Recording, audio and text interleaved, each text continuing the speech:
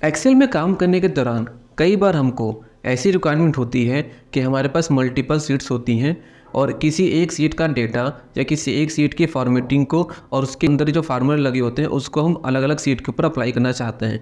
तो बहुत सारे लोग उसके लिए जो है मैनुअल अप्रोच को फॉलो करते हैं, यानी कि वो उस शीट के डेटा को या उस शीट के फॉर्मेटिंग को क्या करेंगे, कॉपी करके दूसरी शीट के ऊपर लेकर के जाते हैं।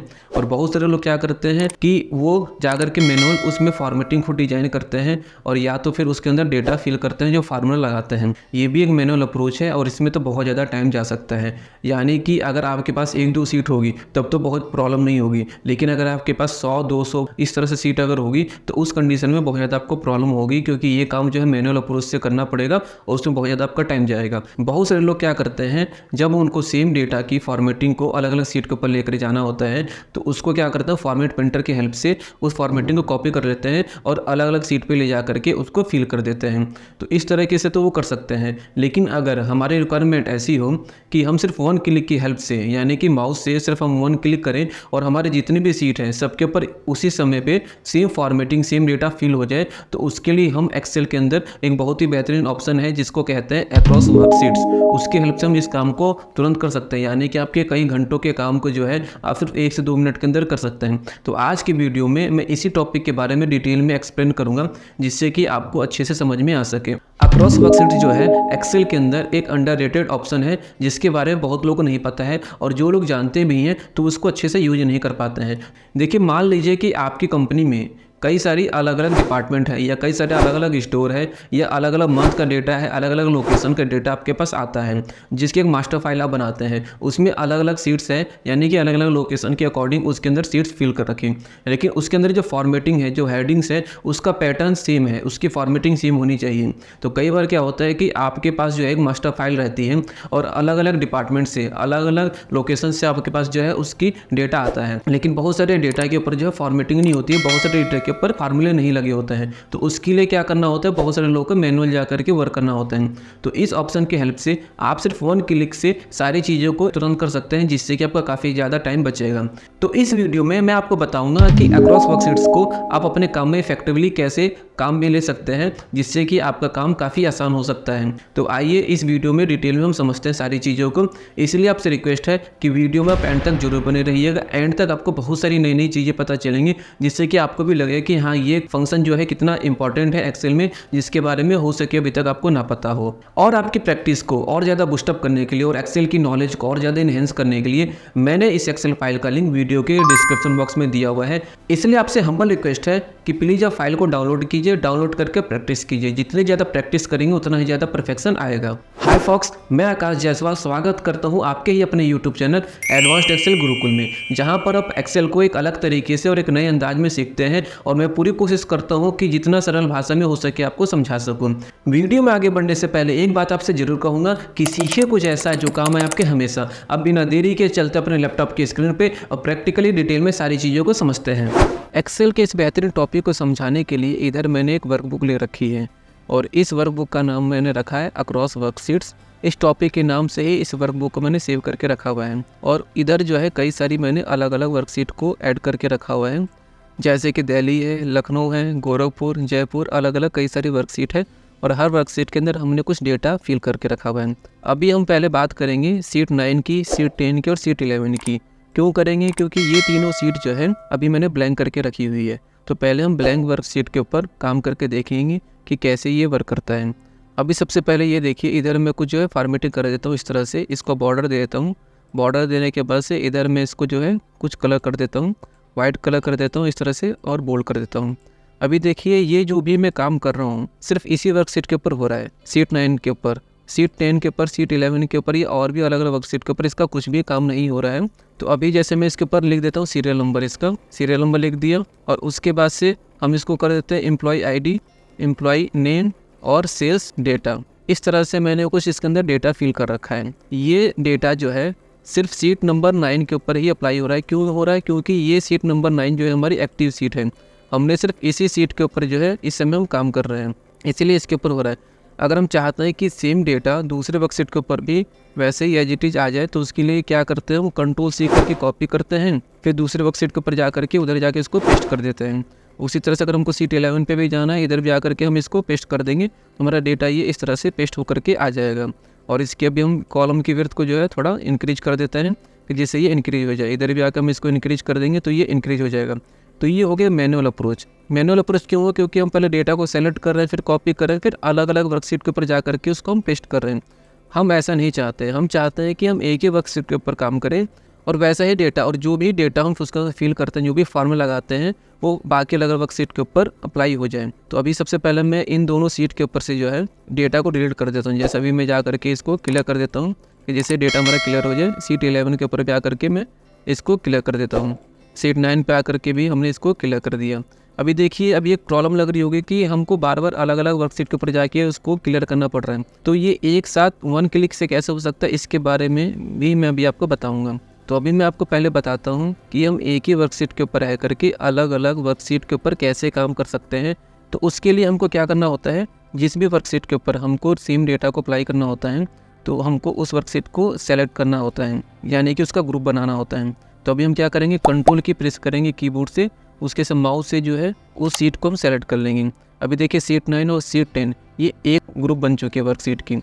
आपको इधर नज़र आ रहा होगा, अगर आप इस पर गौर करेंगे तो आपको इधर लिख करके आ रहा है वर्कशीट ग्रुप, इधर ग्रुप लिख करके आ रहा है। पहले एक ग्रुप नहीं आ रहा था।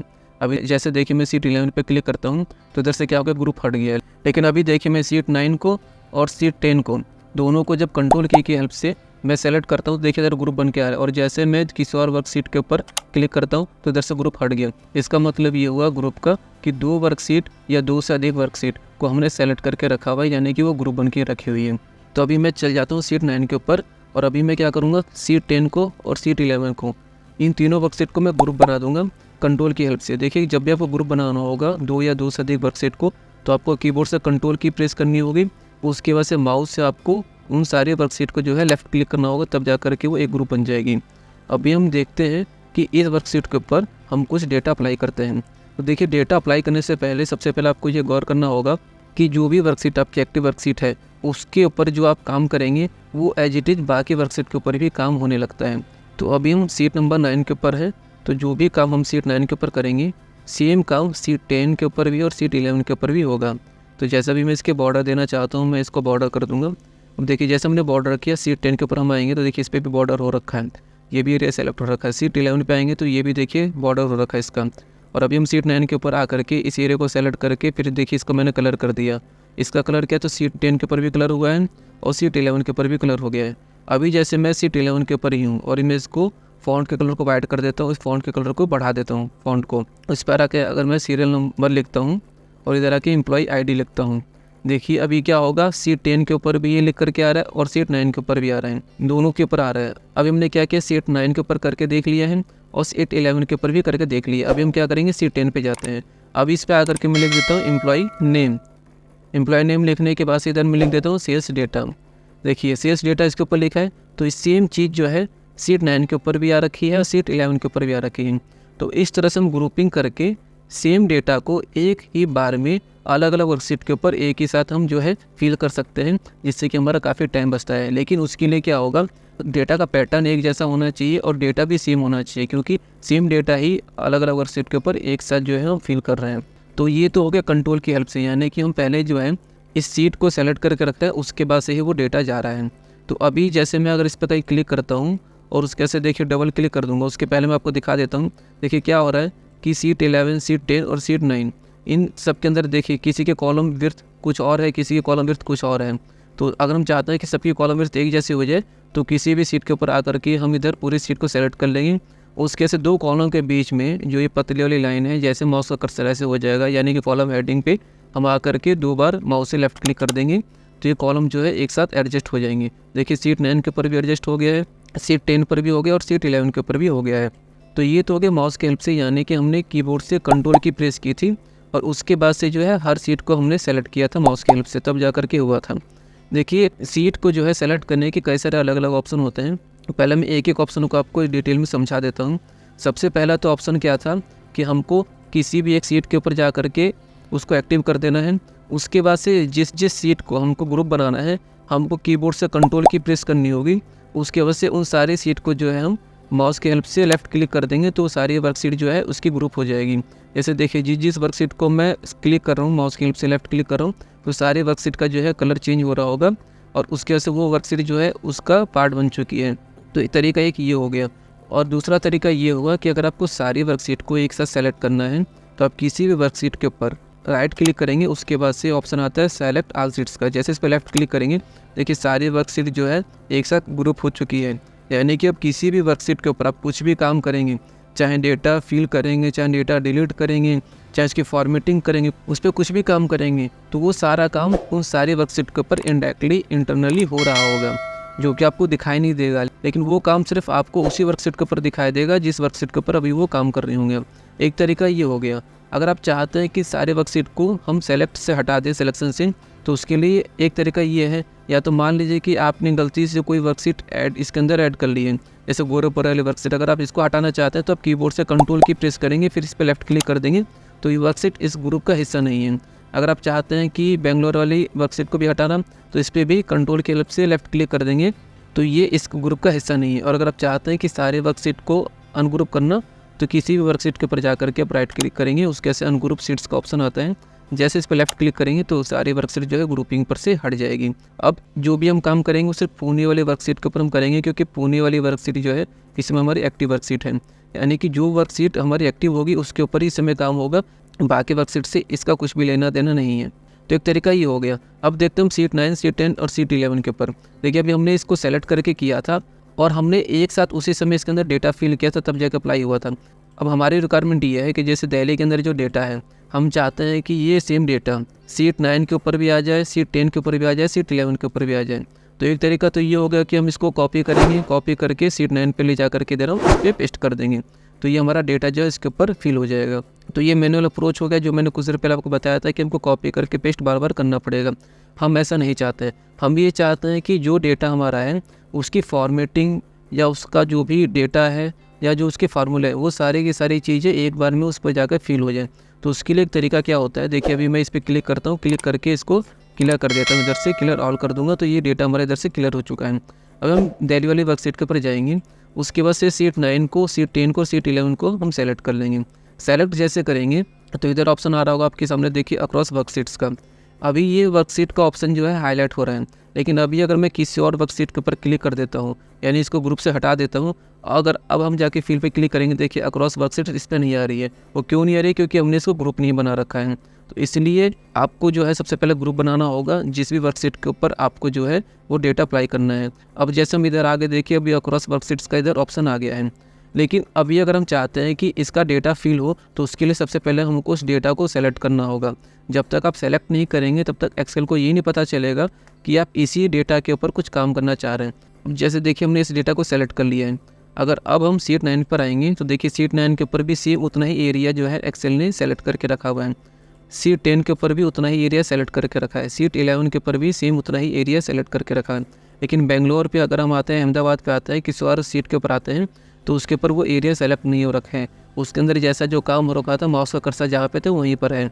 इसका मतलब ये हुआ कि ग्रुपिंग से जो है उस सीट को हम सेलेक्ट कर सकते हैं। अभी जैसे देखिए ग्रुप इसकी हट गई है, मैं फिर से इसको ग्रुप बना लेता हूँ। देखिए इसकी ग्रुपिंग अभी शो हो रही है इधर। अब दिल्ली पर हम आते हैं, अब हम चल जाएंगे फील्ड के ऊपर। फील्ड पे जाने के बाद से अक्रॉस वर्कशीट्स पे हम जाके लेफ्ट क्लिक करेंगे, तो इधर एक विंडो ओपन होकर के आएगी फील्ड अक्रॉस वर्कशीट्स की। उसमें नीचे ऑप्शन आता है फील्ड का। अब फील्ड का मतलब क्या हुआ कि जैसे हम इस पर किसी पर भी क्लिक कर देंगे, ये जो रेडियो बटन है, उसके बाद जैसे हम ओके करेंगे, तो क्या होगा कि सेम फॉर्मेट या सेम डेटा वो जो तीनों वर्कशीट हमारी है, सीट 9, सीट 10 और सीट 11, उसके ऊपर एज इट इज जा करके वो फिल हो जाएगा। लेकिन ये काम करने से पहले आपको ये कंफर्म करना ज़रूरी है कि जो भी डेटा आपको दूसरी वर्कशीट के ऊपर लेके जाना है, आपकी वो वर्कशीट जो एक्टिव वर्कशीट होनी चाहिए। जैसे हमको दिल्ली का डेटा लेके जाना था, तो अभी हमारी वर्कशीट जो दिल्ली वो एक्टिव वर्कशीट है, तभी हम उस पे लेके जा रहे हैं। इन केस अगर हम दिल्ली पे नहीं होते, अगर हम इन चारों सीट के ऊपर से मान लीजिए 9 पे होते, तब क्या होता, 9 के अंदर जो डेटा था वो बाकी तीनों सीट के ऊपर अप्लाई होता। अगर हम सीट 10 के ऊपर होते, वो डेटा बाकी सीट के ऊपर अप्लाई होता। इसका मतलब ये है कि आप ये ज़रूर कंफर्म कर लीजिएगा कि जिस भी सीट का डेटा आपको किसी और वर्कशीट के ऊपर लेके जाना है, तो वो सीट आपकी एक्टिव सीट होनी ज़रूरी है, तभी वो काम करेगा। वो काम उसके बावजूद भी करेगा, लेकिन वो डेटा फिर आपको गलत आ जाएगा। तो अभी देखिए इस पर ऑप्शन आ रहा है फील्ड पे ऑल का, कंटेंट्स का और फॉर्मेट्स का। तो अभी हमको क्या करना है, इसकी फॉर्मेटिंग भी चाहिए और इसके कंटेंट्स भी चाहिए। तो उसके लिए हम ऑल पे टिक रहने देंगे, फिर ओके करेंगे। जैसे हम ओके करेंगे, देखिए सीट 9 पे हम आएंगे तो सीट 9 पे भी सेम वही डेटा आ चुका है, सीट 10 के ऊपर भी सेम वही डेटा आ गया और सीट 11 के ऊपर भी सेम वही डेटा आ गया। लेकिन अगर आप गौर करेंगे तो ये जो जी कॉलम है सीट 11 पे, इसके अंदर जो डेटा लिखा हुआ था, देखिए वो डेटा इस पर जो है शो नहीं हो रहा है। क्यों नहीं शो हो रहा है? क्योंकि इसकी एडजस्टिंग हमने नहीं की है। तो अगर हम एडजस्ट करना चाहते हैं तो दिल्ली वाली सीट के ऊपर या सीट 9 के ऊपर कहीं पर भी हम चल जाएंगे, उसके से इस डेटा को हम सेलेक्ट कर लेंगे। देखिए इस डेटा को जैसे हमने सेलेक्ट किया, सीट 10 में भी जो डेटा वो भी सेलेक्ट हो गया, सीट 11 पे भी हो गया, दिल्ली में भी हो गया। तो हम किसी भी सीट के ऊपर आकर के इधर आकर के हम डबल क्लिक कर देंगे दो कॉलम के बीच में, तो ये ऑटो एडजस्ट हो जाएगा। देखिए सीट 10 पे हमने किया है तो ये सीट 11 पे भी हो गया है, सीट 9 पे भी हो गया है और ये दिल्ली वाली सीट के ऊपर भी हो चुका है। तो ग्रुपिंग से देखिए ये फ़ायदा होता है कि अगर हम किसी भी एक वर्कशीट के ऊपर हम काम करते हैं और बाकी अलग वर्कशीट को हमने उसका ग्रुप का पार्ट बना रखा है, तो वो काम जो है बाकी वर्कशीट के ऊपर भी हम आराम से कर सकते हैं। एक बेनिफिट तो ये हो गया। अभी देखिए हम समझते हैं कि जैसे लखनऊ वाली सीट है, गोरखपुर है, जयपुर है, मुंबई है, ये अलग अलग सीट है। इसकी फॉर्मेटिंग नहीं दे रखी है, मैंने इसकी फॉर्मेटिंग जानबूझ के छोड़ रखी थी और इसी कॉलम की हेडिंग भी हमने छोड़ रखी थी। इसलिए छोड़ी हुई है कि मैं चाहता हूँ कि दिल्ली के अंदर जो डेटा है उसके बेस पे वो उसकी फॉर्मेटिंग करे और उसके बेस पे उसकी हेडिंग लेकर के आए। तो अभी देखिए हम क्या करेंगे, दिल्ली वाली सीट से लेकर के बेंगलोर वाली सीट तक हम इसको क्या करें, एक साथ सेलेक्ट कर लेंगे। देखिए अगर हम कंट्रोल के साथ किसी सीट पे लेफ़्ट क्लिक करते हैं माउस की हेल्प से, तो ये सिर्फ उसी सीट को उसका ग्रुप बनाएगा। जैसे दिल्ली और गोरखपुर अभी एक जो है ग्रुप बने हुए हैं, और अगर मैं पुणे पे क्लिक करता हूँ तो पुणे भी एक ग्रुप बन चुका है। अगर हमारी रिक्वायरमेंट ऐसी है कि हम दिल्ली से लेकर बेंगलोर तक इन सारे सीट को ग्रुप बनाना चाहते हैं, तो उसके लिए हमको क्या करना होगा, शिफ्ट के साथ जो है बेंगलोर पे आकर के माउस से लेफ़्ट क्लिक करना होगा। जैसे हम ऐसा करेंगे तो ये क्या होगा, दिल्ली से लेकर के बेंगलोर तक जितनी भी सीट है उन सारी सीट को एक ग्रुप का हिस्सा बना देगा। अब देखिए ये सारे वर्कशीट जो है एक ही ग्रुप का हिस्सा बन चुके हैं। अब अगर हम दिल्ली पे जाएंगे और दिल्ली पे जो काम करेंगे वो बाकी वर्कशीट के ऊपर भी होगा, और इनकेस अगर हम मुंबई पर आते हैं और मुंबई पे अगर हम कुछ काम करेंगे तो भी वो सारी अलग अलग वर्कशीट के ऊपर वो काम होगा। जैसे भी मैं आपको बताता हूँ, मैं अगर मुंबई पे आ जाता हूँ और मुंबई पर आने के बाद से जैसे देखिए मैं इस एरिया को सेलेक्ट करता हूँ, सेलेक्ट करने के बाद से मैं इधर आकर के कुछ भी ऐसे मान लीजिए कि मैंने ये बॉर्डर दे दिया और इसको आकर के मैं येलो कलर कर देता हूँ, जैसे येलो कलर कर दिया। अब देखिए हम अहमदाबाद पे जाएंगे तो अहमदाबाद पे भी वही काम हो रहा है, हम दिल्ली पे आएंगे तो देखिए दिल्ली पे भी वही काम हो रहा है, गोरखपुर पे आएंगे तो गोरखपुर पे भी सेम वही फॉर्मेटिंग, वही डेटा जो उसके ऊपर अप्लाई हो चुका है। तो ग्रुपिंग का ये फ़ायदा होता है। अभी हम क्या करेंगे, देखिए दिल्ली पर आएंगे। क्यों दिल्ली पर आएंगे? क्योंकि दिल्ली वाली फॉर्मेटिंग हमको उधर लेके जानी है। इनकेस अगर हम मुंबई पर आकर या जयपुर पे आकर कुछ भी काम करते हैं तो इसमें दिक्कत क्या होगा। अब देखिए हम जयपुर वाली सीट के ऊपर आकर के कुछ भी इसकी फॉर्मेटिंग कर देते हैं, मान लीजिए कि अगर मैंने ये कलर कर दिया है और ये कलर करने के बाद अब दिक्कत क्या होगी, दिल्ली वाली सीट के ऊपर भी सेम वही कलर जो है अप्लाई हो जाएगा, वही फॉर्मेटिंग अप्लाई हो जाएगी। इसलिए हमको ऐसा नहीं करना था। इसलिए मैंने आपको पहले ही बताया कि जिस भी सीट की फॉर्मेटिंग या डेटा आपको लेके जाना है, आपको उस सीट को जो है एक्टिव रखना बहुत ज़रूरी है। तो ये आप कंफर्म कर लीजिए। मैं अभी कीबोर्ड से Ctrl+Z करता हूँ तो इसकी फॉर्मेटिंग हट जाएगी। अभी हम दिल्ली वाली सीट के ऊपर आते हैं तो देखिए वही फॉर्मेटिंग हमारी आ चुकी है। अब हम क्या करेंगे, हमारे रिक्वायरमेंट क्या है, देखिए लखनऊ वाली सीट पर हम जाते हैं तो इसके ऊपर हमको हेडिंग देनी है, हेडिंग नहीं है। ये भी देखिए जैसे मैंने इसको सेलेक्ट किया है ना, तो दिल्ली वाली सीट के ऊपर भी ये एरिया सेलेक्ट हो चुका होगा। अब जयपुर पे जाते हैं, जयपुर पे भी सेलेक्ट हो रखा है। तो जो भी हम सिलेक्शन किसी एक सीट पर कर रहे हैं वो सिलेक्शन बाकी सीट के ऊपर भी हो रहा है। तो अभी हम दिल्ली वाली सीट के ऊपर आ चुके हैं और मुझे क्या करना है, इस एरिया को हम सेलेक्ट कर लेंगे। इस एरिया को जैसे सेलेक्ट करेंगे उसके बाद हम चल जाएंगे फील पे। फील पे जाने के बाद से अक्रॉस वर्कशीट पे हम लेफ़्ट क्लिक करेंगे। इधर आने के बाद इस पर ऑप्शन आता है, देखिए ऑल का, कंटेंट्स का, फॉर्मेट का है। अभी जैसे मान लीजिए कि मैं ऑल पे क्लिक करता हूँ तो ये क्या करेगा, पूरे के पूरे डेटा को और उसके फॉर्मेटिंग के साथ लेकर के आ जाएगा। लेकिन अभी मैं बस एग्जांपल के लिए आपको क्या करता हूँ बताता हूँ। कंटेंट्स पे क्लिक करके कंटेंट्स पे क्लिक करेंगे, फिर हम ओके करेंगे। अब देखिए कंटेंट्स पे क्लिक करके हमने ओके किया। अब लखनऊ वाली सीट पे हम आते हैं तो ये क्या करेगा, सिर्फ उसके कंटेंट को लेकर के आएगा। देखिए इसने क्या किया है, बस उसकी डेट को बस ये लेकर के आया है। तो इस तरह से फॉर्मेटिंग इसने नहीं की है, सिर्फ इसके कंटेंट्स को बस लेकर के आया है। और अगर हम चाहते हैं इसकी फॉर्मेटिंग भी आ जाए तो क्या करेंगे, दिल्ली वाली सीट पे हम जाएंगे, फिर इस एरिया को सेलेक्ट कर लेंगे। सेलेक्ट करने के बाद से फील्ड पे आने के बाद से अक्रॉस वर्कशीट्स पे आकर के क्लिक करेंगे। उसके बाद इस पर ऑप्शन आएगा फॉर्मेट्स का, फॉर्मेट्स पे आकर लेफ्ट क्लिक कर देंगे तो ये क्या करेगा, बाकी वर्कशीट के ऊपर भी इसकी फॉर्मेटिंग ये लेकर के आ जाएगा जैसे हमको रिक्वायरमेंट थी। तो ये फॉर्मेटिंग देखिए कहाँ तक लेकर के आया, बेंगलोर तक लेकर के आया। लेकिन इसे सीट 9 और सीट 10 सीट 11 के ऊपर फॉर्मेटिंग नहीं कर रखी है, ये पहले की फॉर्मेटिंग जो हमने ऑलरेडी बना रखी थी। अभी देखिए सीट 9 से अगर हम फॉर्मेटिंग हटाना चाहते हैं तो इस एरिया को सेलेक्ट करेंगे। सेलेक्ट करने के बाद से क्लियर पे आकर के हम क्लियर ऑल कर देंगे तो क्या करेगा, डेटा भी हट जाएगा और फॉर्मेटिंग भी हट जाएगी। और हम C10 पे भी करना चाहते हैं तो ऐसे ही कर सकते हैं। लेकिन अभी हम इस तरह से काम नहीं करेंगे क्योंकि हमको पता चल चुका है कि अक्रॉस वर्कशीट्स की हेल्प से ये काम ईजिली हो सकता है। तो हम क्या करेंगे कि दोनों सीट को सेलेक्ट कर लेंगे। तो अभी मैं C10 और C11 दोनों को सेलेक्ट कर लिया, कंट्रोल की प्रेस करके। और अब हम क्या करेंगे, इस एरिया को ऊपर सेलेक्ट कर लेंगे। सेलेक्ट करने के बाद से हम क्लियर पे आकर के जो क्लियर ऑल कर देंगे, तो दोनों डेटा जो था दोनों सीट के ऊपर से वो हट चुका है इधर से। तो ये भी एक बेस्ट पार्ट होता है, इसका बेनिफिट इससे भी हमको ये मिलता है। अभी हम देखते हैं लखनऊ वाले सीट के ऊपर हम आ रखे हैं और इस सीट के ऊपर सारी सीट के ऊपर हमने अप्लाई कर रखा है। अभी देखिए क्या हो रखा है कि सीट के ऊपर आ रखे हैं, लेकिन इस सीट के ऊपर जो बॉर्डर्स नहीं हैं, तो हम बॉर्डर्स भी देना चाहते हैं। जैसे दिल्ली वाली सीट के ऊपर बॉर्डर है ना, हम चाहते हैं कि बाकी सीट के ऊपर भी ये बॉर्डर बन जाए। तो हम क्या करेंगे, इन सारी सीट को हम सेलेक्ट कर लेंगे शिफ्ट की के साथ, तो सारी सीट एक साथ सेलेक्ट हो जाएगी। और अभी मैं क्या करता हूँ कि लखनऊ वाले सीट के ऊपर ही रहता हूँ, मतलब लखनऊ वाली सीट के ऊपर मैंने क्लिक करके रखा हुआ है। अब हम क्या करेंगे, इस पूरे एरिया को सेलेक्ट कर लेंगे। सेलेक्ट करने के बाद इधर तक हमने कर दिया है और इसके बाद से हम क्या करेंगे, इस पे चल जाएंगे बॉर्डर्स पे। बॉर्डर्स पे आने के बाद से हम मोर बॉर्डर्स पे चल जाते हैं। मोर बॉर्डर्स पे जैसे जाएंगे, अब मैं इसका चाहता हूँ कुछ कलर चेंज करना। जैसे अगर मैं इसका चाहता हूँ ये रेड कलर करना, उसके से फील में आकर के आउटलाइन इनसाइड को ऐसे कर देंगे। देखिए इसने क्या किया, इसके कलर को ऐसे चेंज कर दिया। हमने सिर्फ लखनऊ वाली सीट के ऊपर अप्लाई किया था, लेकिन इसने क्या किया, दिल्ली वाली सीट के ऊपर भी कर दिया है और जयपुर पे भी कर दिया है, मुंबई पे भी कर दिया है, गोरखपुर पे भी कर दिया। जितनी सीट थी सब पे इसने इस तरह से अप्लाई कर दिया है। अभी देखिए दिल्ली वाली सीट के ऊपर मैंने फार्मूला लगा रखा है सम का, सेल डेटा का, और गोरखपुर लखनऊ वाली सीट के ऊपर ये फार्मूला इस तरह से नहीं अप्लाई हो रखा है।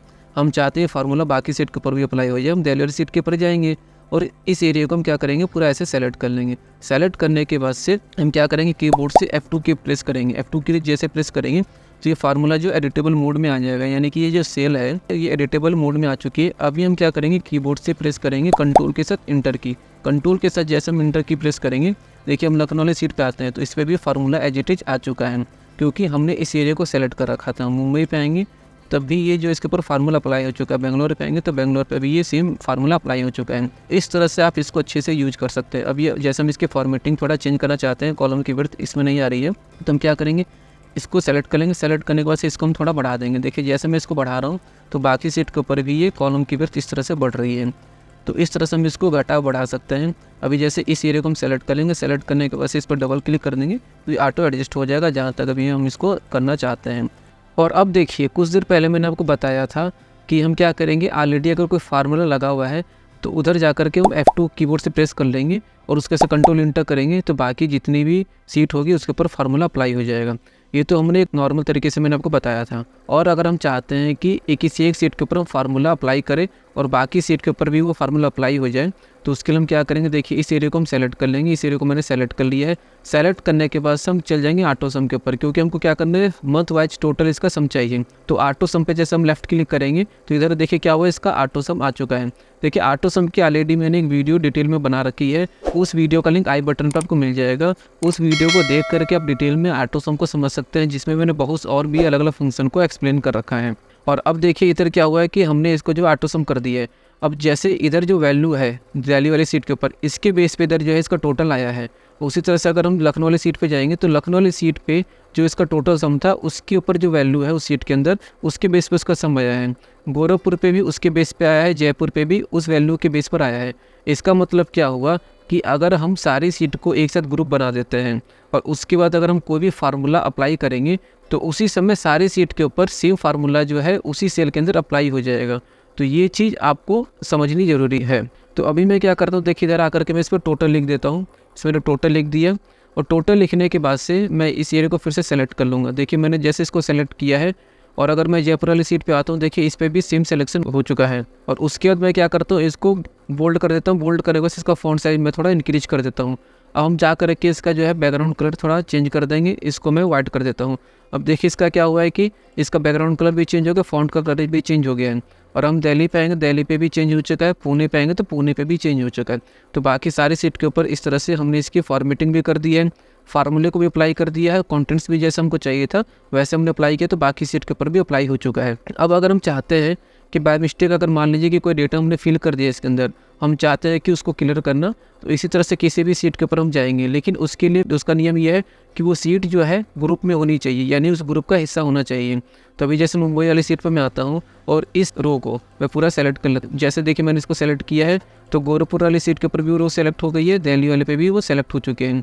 मैं फिर से पुणे पे आ जाता हूँ, उसके बाद हम चल जाएंगे क्लियर पे हम इसको क्लियर ऑल करना चाहते हैं। मैं जैसे इसको क्लियर ऑल पे क्लिक करूँगा, देखिए ये क्या हुआ, ये क्लियर ऑल हो चुकी है। तो इस तरह से हम इसको क्लियर ऑल कर सकते हैं, इसकी फॉर्मेटिंग भी कर सकते हैं।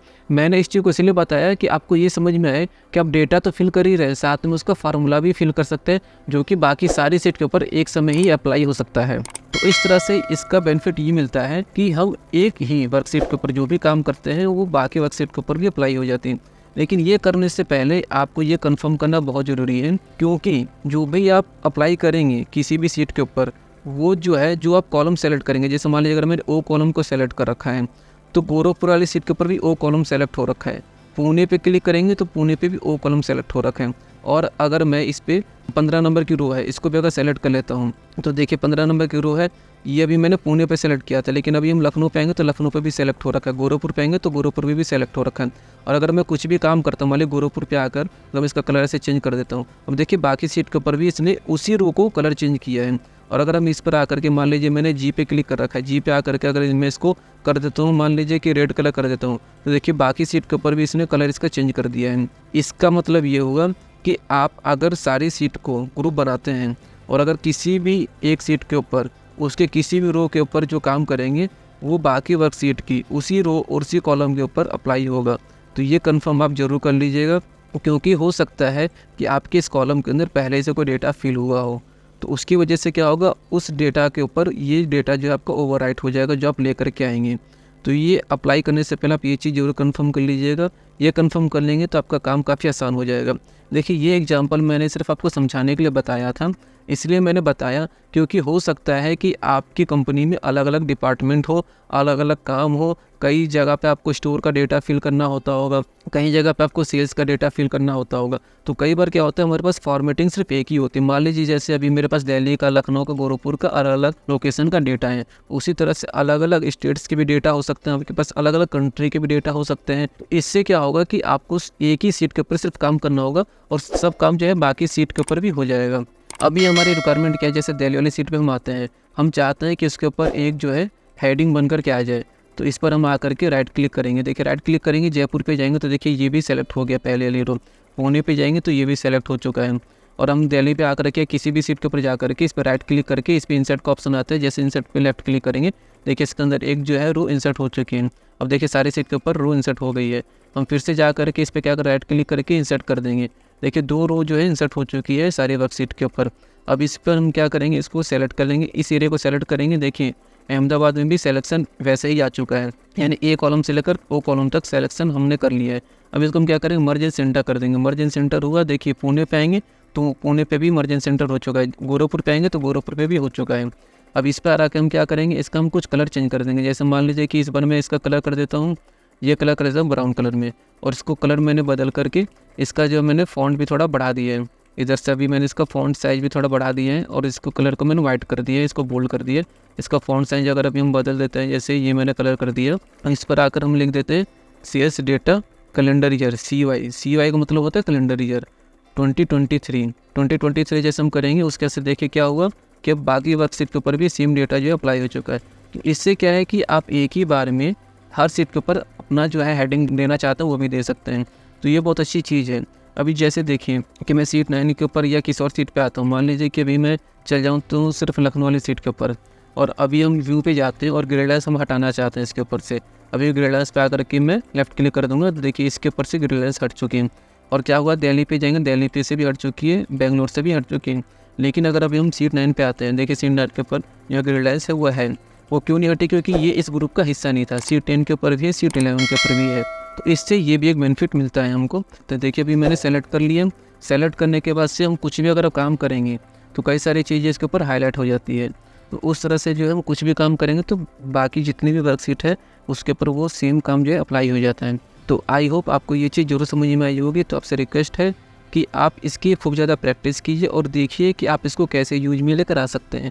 और कमेंट बॉक्स में मुझसे ज़रूर बताइएगा कि क्या आपको इस ऑप्शन के बारे में पहले पता था और क्या अभी मेरे बताने के बाद से कुछ नई चीज़ें आपको पता चले कि नहीं पता चले। तो प्लीज़ आप कमेंट बॉक्स में मुझे ज़रूर बताइएगा, जिससे मुझे भी पता चले कि किस तरह से आपको चीज़ें और अच्छे से समझा सकता हूँ मैं। और इस फाइल का लिंक वीडियो के डिस्क्रिप्शन बॉक्स में मैंने दे रखा है। प्लीज़ आप फाइलों को डाउनलोड कीजिए, डाउनलोड करके प्रैक्टिस कीजिए। जितनी ज़्यादा प्रैक्टिस करेंगे उतना ज़्यादा परफेक्शन आएगा।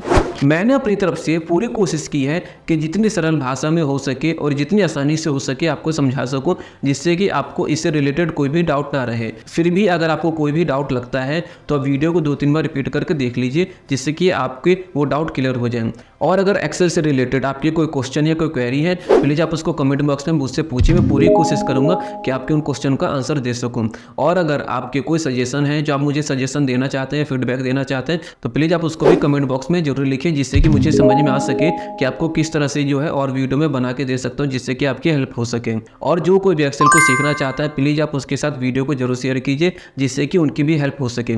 वीडियो अगर अच्छी लगे तो वीडियो को लाइक कर दीजिए। चैनल पर अगर नए हैं और अभी तक चैनल को सब्सक्राइब नहीं किया है, तो प्लीज़ आपसे रिक्वेस्ट है कि चैनल को सब्सक्राइब करके नोटिफिकेशन के आगे बेल आइकन को जरूर प्रेस कर लीजिए, जिससे कि आने वाली हर इन्फॉर्मेटिव वीडियो आप तक सबसे पहले पहुंचे और आप उसका बेनिफिट ले सकें। वीडियो में तक बने रहने के लिए आपका दिल से बहुत बहुत धन्यवाद। अब मिलते हैं नेक्स्ट वीडियो में, तब तक अपना ख्याल रखिए और कुछ न कुछ नया सीखते रहिए।